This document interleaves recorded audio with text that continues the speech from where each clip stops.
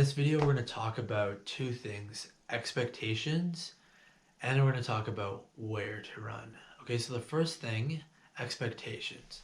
So I'm sure you're wondering with this recreational running group is what your expectations are. And I think if you have signed up for this group, you either want to get into running, or you are a runner that wants to push yourself, or you enjoy running just a little bit. And I think that's great.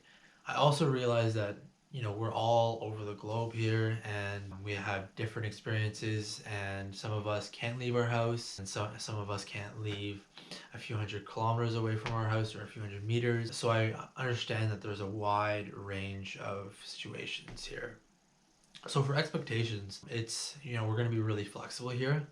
And one of the main things is we're just going to allow you to find ways to run what you can, right? We can chat individually about what you can manage, but if you can just run 5 minutes 3 times a week, or even if you're running 5K, there's a wide range of what we can manage, right? So I think if you're running 5 minutes, 3, 4, 5 times a day, that is great. Minimum expectation would be like 3 times a week. We can also chat about certain situations as well.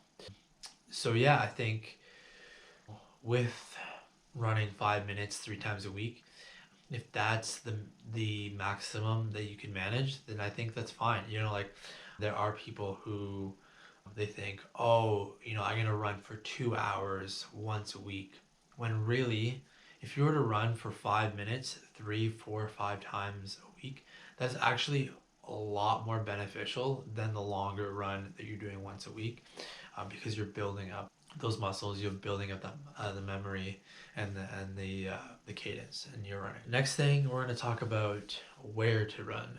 So like I said, I understand that everybody is in completely different situations all over the globe, but for where to run, it's as simple as, if you can manage getting outside of your house and running down the street, I think that's incredible. You're fortunate that you have that ability.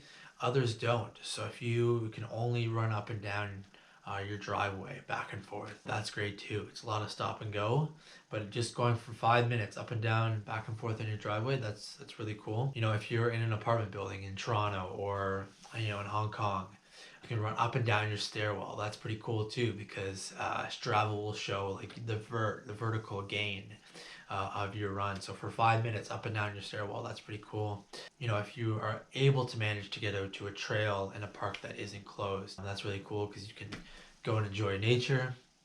But really, if you're not able to leave your house, running around your couch in the living room, like that would be really cool, or your bed in your bedroom, back and forth in the kitchen. Like if that is all you can manage, then I think that is great. And just running for 5 minutes, I think, would be the minimum expectation. And if you can push yourself, obviously do so by listening to your body and doing so in a healthy way.